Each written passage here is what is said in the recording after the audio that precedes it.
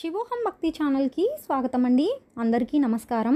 వసంత పంచమి తిథి, వసంత పంచమి పూజా సమయం, సరస్వతీదేవి గురించి, వసంత పంచమి ప్రాముఖ్యత, పూజా విధి, పఠించవలసిన శ్లోకాలు, ఏ రంగు దుస్తులు ధరించాలి, ఎలాంటి నైవేద్యాలు సమర్పించాలి, వసంత పంచమికి బాసర ప్రత్యేకత గురించి తెలుసుకుందామండి. వసంత పంచమి పండుగని ప్రతి సంవత్సరం మాఘమాసం శుక్లపక్షంలో 5వ రోజున జరుపుకుంటారండి. అప్పటి నుంచే వసంత ఋతువు ప్రారంభమైనట్లు సంకేతం. వసంత పంచమిని శ్రీ పంచమి మరియు సరస్వతీ పంచమి అని కూడా అంటారండి.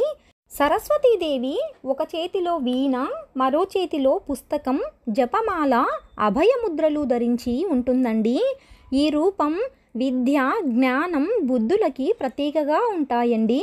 అన్నదానం తర్వాత విద్యాదానం చాలా గొప్పదండి. ఆ అమ్మ కరుణతోనే విద్యాప్రాప్తి కూడా మనకు లభిస్తుందండి. సరస్వతీదేవి తెల్లని దుస్తులు ధరించి తామర లేదా హంసపై కూర్చున్నట్లుగా దర్శనమిస్తుందండి. 2024వ సంవత్సరంలో వసంత పంచమి శ్రీ శోభకృత్నామ సంవత్సరం, ఉత్తరాయణం, మాఘమాసం, శుక్లపక్షం, శిశిర ఋతువు, పంచమి తిథి, ఫిబ్రవరి 13, 2024 బుధవారం మధ్యాహ్నం 2:41 ప్రారంభమై ఫిబ్రవరి 14, 2024 గురువారం మధ్యాహ్నం 12:09 ముగుస్తుందండి. సరస్వతి పూజా ముహూర్తం ఫిబ్రవరి 14, 2024 గురువారం ఉదయం 7 గంటల నుంచి మధ్యాహ్నం 12:35 వరకు ఉంటుందండి. మొత్తం పూజా సమయం 5:35. ఈ సమయంలో సరస్వతీ పూజను జరుపుకోవచ్చండి. ఇవాళ సరస్వతీదేవిని పూజించడం వలన విద్యాప్రాప్తి లభిస్తుందండి. జ్ఞానానికి అధిదేవత సరస్వతీదేవి అండి.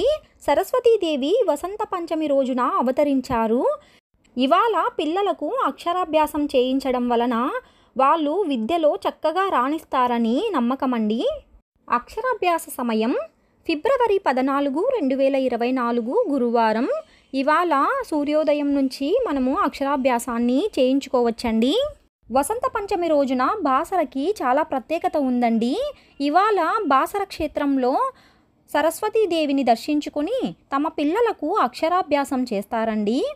కురుక్షేత్ర యుద్ధం వల్ల మనసు చెలించిపోయిన వ్యాసుల వారు తపస్సు చేసుకోవడానికి గోదావరి తీరంలో ఉన్న బాసరకు వచ్చి తపస్సు చేస్తుండగా వ్యాసుల వారికి సరస్వతీదేవి సాక్షాత్కరించి ఇసుకతో తన విగ్రహాన్ని రూపొందించమని చెప్పారట. అలా వ్యాసుల వారు ఇసుకతో అమ్మవారి విగ్రహాన్ని తయారు చేశారండి. అదే ఇప్పుడు కనిపించే మూల విరాట్. నిత్యం అమ్మవారికి పసుపు రాస్తూ పూజలు చేస్తుంటారండి. వసంత పంచమి నాడు అక్షరాభ్యాసానికి ఎలా అనువైన సమయమో అలాగే శుభకార్యాలకు మరియు వివిధ చేతి వృత్తుల వారికి మొదటగా పని ప్రారంభించడానికి ఇవాళ అనువైన రోజు అండి.